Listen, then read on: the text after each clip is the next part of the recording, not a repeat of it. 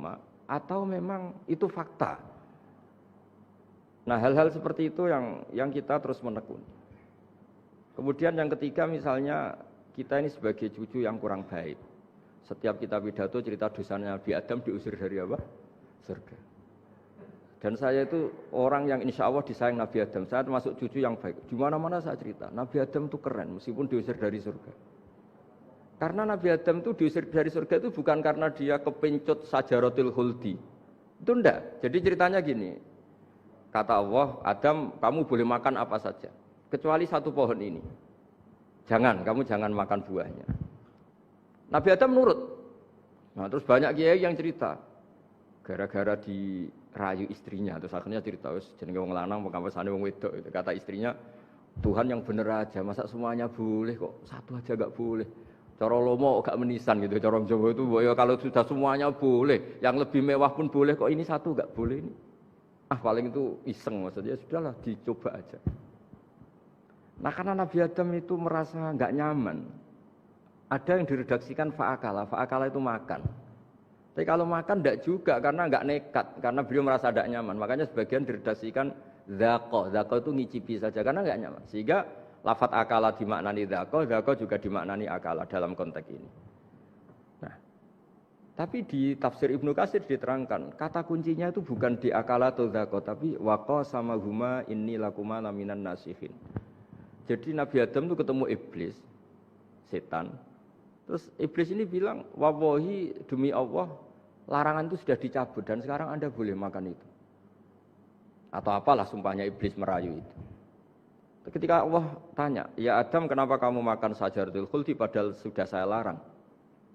Ini hebatnya Nabi Adam. Waqa sama huma. Wa izzatika ya Rabbi ma adzunnu anna ahadan yaklifu bika kadiban.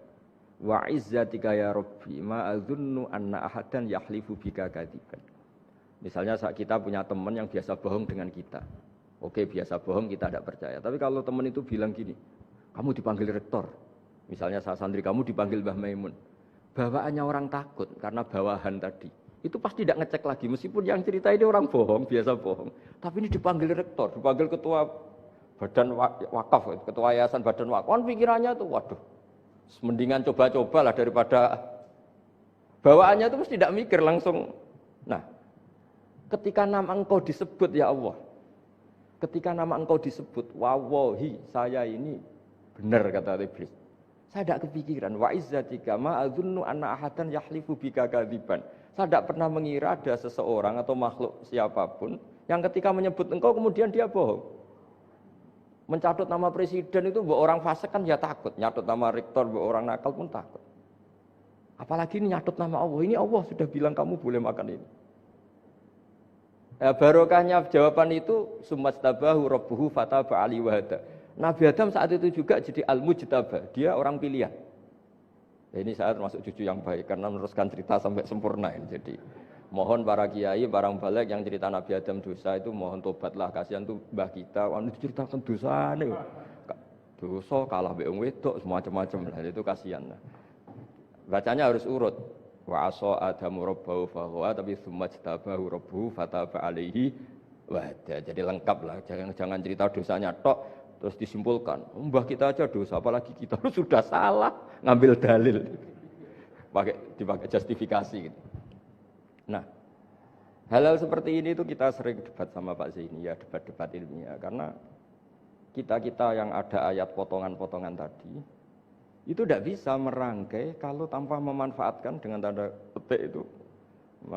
kutip itu memanfaatkan kisah-kisah Israiliyah, karena bawaannya ini panjang. Saya beri contoh lagi, qala bal sawatat lakum anfusukum. Misalnya siapa bapaknya Nabi Ayub, Nabi Yusuf, Nabi Yakub. Nabi Yakub itu dirayu oleh anak-anaknya. Sudahlah Yusuf itu kita ajak main. Singkat cerita walhasil karena mereka punya niat buruk, Nabi Yusuf itu dibuang di sumur. Kemudian mereka datang waja'u abahum isya ayyabkun. Qalu ya abana inna dhahabna nastabiqu wa tarakna Yusufa inda mata'ina fa akalahu dhib. Ya kita ini main, Bah, tapi ketika di hutan kemudian Yusuf dimakan serigala. Dan mereka pura-pura nangis. Wajah wa bahum isya ayyabkun, dia datang pura-pura nangis.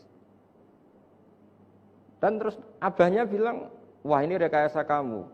Qala bal sawalat lakum anfusukum amro. Pasti ini rekayasa kamu. Nah, kata rekayasa di sini itu kita mikir loh, kok ujuk-ujuk Nabi Yakub bilang rekayasa itu gimana? Tapi barokahnya konstruksi cerita-cerita tadi kita tahu. Yaitu tadi nggak ada kejahatan yang apa? Sempurna. Terus mereka kan latohu saubahu bidamin. Mereka itu melumuri bajunya Nabi Yusuf dengan apa? Darah. Seakan-akan Nabi Yusuf itu dimakan apa? Serigala. Tapi dia lupa menyobek-nyobek baju tadi. Makanya Nabi Yakub bilang, cek sopan serigala itu. Ketika mau makan baju anak saya disuruh nyopot dulu gitu. Jadi peradabannya gitu. Nah, di sini kata sawalat itu ada konstruksi yang kita mau tidak mau pakai cerita tadi karena wong dimakan serigala kok bajunya utuh. Cek beretikanya serigala itu. Mungkin kuliah di UI. Jadi, nah kita ini nekuni itu. Jadi apa ya? Nah terus, nah kita kan cari aman. Artinya cari aman itu kalau tafsir atau terjemah berdasar Israiliyat kita nanti dimarahin orang banyak. Tapi tidak juga kita kadang-kadang mau tidak mau karena ada kata yang tersembunyi. Yang mau tidak mau utuhnya itu kalau memanfaatkan Israiliyat tadi. Nah, makanya Nabi ketika ditanya, ya Rasulullah bagaimana dengan cerita dari Bani Israel itu. Ya Nabi ngendikan la tusaddiquhum wa la tukadzibuhum. Ya kamu jangan bilang iya, ya jangan bilang tidak. Tapi setelah kita nekuni tafsir, ya nekuni apa itu mau tidak mau. Terus yang terakhir sebagai matur kita ke Profesor Dr. Quraish Shihab, masalah fikih terutama yang mendesak. Quran itu kalau cerita fikih itu kan belum dibabkan dulu ya. Misalnya at-thalaqu marratan, cerai itu ya hanya 2. Nah, cerai hanya 2 ini kan kita jadi bingung karena taunya kita cerai itu sampai apa? 3. Akhirnya mau tidak mau kita membuat taksisul fikih, dasaran fikih. At-thalaqu marratan ayat tolak sing yasihur rujuk, tolak yang boleh rujuk. Itu 2. Namanya roj'i. Kalau tolak ini roj'i wa bu'ulatuhunna ahaqqu biratihinna, di masa iddah suami tadi maling berhak rujuk. Artinya orang lain enggak berhak karena ini masih fi hukmi zaujiyah. Dia masih dihukumi seorang apa? Istri. Nah, baru fa in talaqaha fala tahillu lahu min ba'du hatta tankiha zaujan ghairah. Ini yang terus kemudian orang fikih menyebut tolak bain. Yang kalau itu terjadi, si istri ini tidak halal bagi mantan zaudnya kecuali sudah dirasakan orang apa? Lain. Jadi terus kita ini mikir, hatta tangkiha zaujan ghairah itu ukurannya nikah itu apa? Mayoritas ulama bilang ukurannya nikah bukan sekedar akad, tapi sudah dirasakan orang lain. Sudah ada hubungan intim. Memang harus bahasa vulgar ya karena ini fikih. Ben kapok cara Jawa, oleh nalak tenanan jebule ape balik bojone dirasakno wong liya. Kadang mukhalil ini kebablasan enggak mau ngelepas. Padahal dia kadang mukhalil order, tapi kalau cantik terus menarik kan dia enggak mau lepas. Nah, pertanyaannya itu kan tapi ada mazhab yang meskipun sesat yaitu yang mengatakan ya hanya akad sudah sah. Tapi itu di cara bahasa sekarang dibuli banyak ulama, disalahkan. Wong tujuannya itu bikin jera, kok hanya akad kan tidak jera. Jadi mukhalilnya hanya akad, setelah akad nanti menceraikan itu sudah cukup.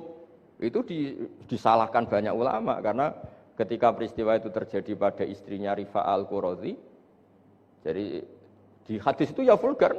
Ya Rasulullah, saya ini istrinya Rifa al-Qurazi. Kemudian dia mencerai saya, fabat tato lagi, tolaknya sampai habis. Kemudian saya nikah sama Abdurrahman bin Zabir. Di hadis ini bacanya bukan Zubair tapi Zabir, Abdurrahman bin Zabir. Tapi orang Arab itu ya agak-agak vulgar. Wa inna ma ma'ahu mislahud batis saw. Tapi alat kelaminnya tuh kiwir-kiwir. Nabi saya tidak mau. Terus Nabi tertawa-tawa di hadis itu ya. Kalau sama tertawa ini sudah sunnah Rasul karena pas di hadis itu fatabas sama dohikan. Nabi itu tertawa sampai cara Jawa guyu ngakak. Fatabas sama dohikan, bukan fatabas sama mutabut. Tapi di semua teks hadis fatabas sama dohikan. Nabi tertawa-tawa. Kamu ingin ya sama suami kamu yang pertama. Terus Nabi ngendikan la kata hatta yazuqa usailataki wa tadzukina usailata. Enggak, sehingga kamu merasakan dia dan dia merasakan kamu. Sehingga ulama mengatakan hatta tangkiha zaujan khairah adalah sampai hubungan suami istri untuk menjadi mukhalil yang sah. Nah, Maksud saya di sini juga matur sama rektor sama ketua badan wakaf ini. Enggak gampang ngamanati jadi direktur. Makanya Pak Fajar minder itu sudah bener. Mendingan noto sandal dari kanan jadi kiri, kiri jadi kanan gitu. Karena PR-nya itu besar dan nanti diaudit. Apalagi kalau dapat gaji lebih besar lagi. Makanya ini kalau bisa Pak Rektor, Pak Badan Wakaf ini nggak usah digaji supaya hisapnya ringan. Sudah keliru dapat uang kan berat hisapnya. Loh saya dulu tanya Profesor Zaini, bertahun-tahun saya kerja di itu nggak kepikiran gaji, sampai sekarang nggak kepikiran. Pak Zaini tahu kalau saya ikhlas. Saya bilang, kok ada orang ikhlas gak Pak? Saya ini anak kiai, cucu kiai, ajaran paling pokok ya ikhlas. Sebetulnya bukan ikhlas-ikhlas banget, karena kalau digaji kok salah itu hisapnya berat. Sudah salah dapat gaji. Jadi mohon ini dipakai percontohan pertama. Ya ini kan kita saudara semua, rileks saja lah. Dipakai percontohan apa? Pertama ada direktur studi, apa Pak On tambah apa? Tambah gaji ya? Tambah fulus sih kata ketua DPPAI ini ya. Jadi ini semua matur kita ke Profesor Quraish Shihab supaya beliau nanti bisa ngendikan. Saya termasuk orang yang sangat menghormati beliau dan insya Allah nanti saat tanggal 6 April atau apa juga mau sowan beliau. Dan beliau juga sering curhat, saya juga sering baca tafsir Al-Misbah beliau di Muqaddimah. Dan rata-rata ya curhat. Mau tahlili efeknya gini, mau maudhu'i. Tapi karena memang kita ngadepin teks yang umurnya sudah hampir berapa? 1000, berapa Pak Tamjiz? 1400 berapa? Ya sekitar 1400 berapa. Tapi tadi makanya kan kita kalau nerjemah terus saya diantara yang saya usulkan ke Profesor Zaini saat itu saya mau ikut tim asal ada catatan kaki, terus ada beberapa tambahan catatan kaki supaya tadi wa antas mau binal ukhten itu kalau kita misalnya kita kembali ke Quran hadis, Quran saja. Nah kalau ke Quran saja yang diharamkan wa antas mau binal ukhten, padahal di sini juga wala binal mar'ati wa ammatiha wala binal mar'ati wa khalatiha. Terus kita sebenarnya ingin nambahi wala binal mar'ati wajad ya. Tapi kan kayaknya enggak kepikiran. Nah, ada orang kok. Tapi kalau mbak atau adik itu kepikiran kan? Karena kalau ketemu temannya kan, saya sering punya teman yang dapat dua-duanya teman saya. Kok kamu nikah yang ini? Ya Gus ajane ayu Mbak Yunis dirabi wong. Ya, atau yang ayu adike juga, wah saya keduluan Gus ajane aku tak incer adike. Ambek bapake dijokno Mbak Yunis. Lah yang potensi masih begitu itu kan saudara kan, makanya ini yang dilarang Allah wa antas mau benal ukhten, karena yang potensi masih ada rasa ya benal ukhten. Tapi bukan berarti yang lain boleh. Makanya hadal jam'u al muharram wa ibaratun an hurmatil jam'i benal mar'aten sing ada hubungan nasab. Jadi tidak harus antara apa? Saudara, tapi dua perempuan yang ada hubungan apa? Nasab. Yang andai kan salah satu itu lelaki enggak boleh kawin, maka dua perempuan ini tidak boleh tahta rajulin wahid.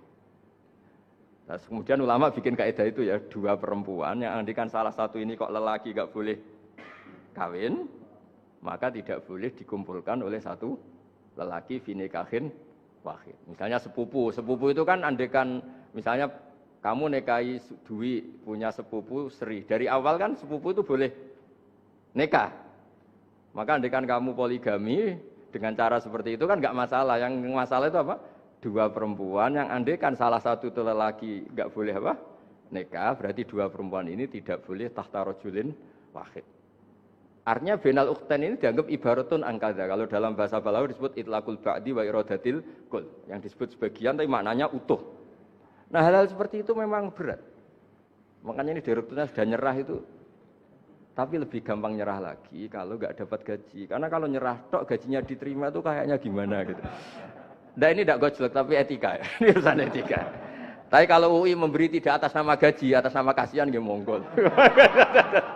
Nggih ngoten mawon. Assalamualaikum warahmatullahi wabarakatuh.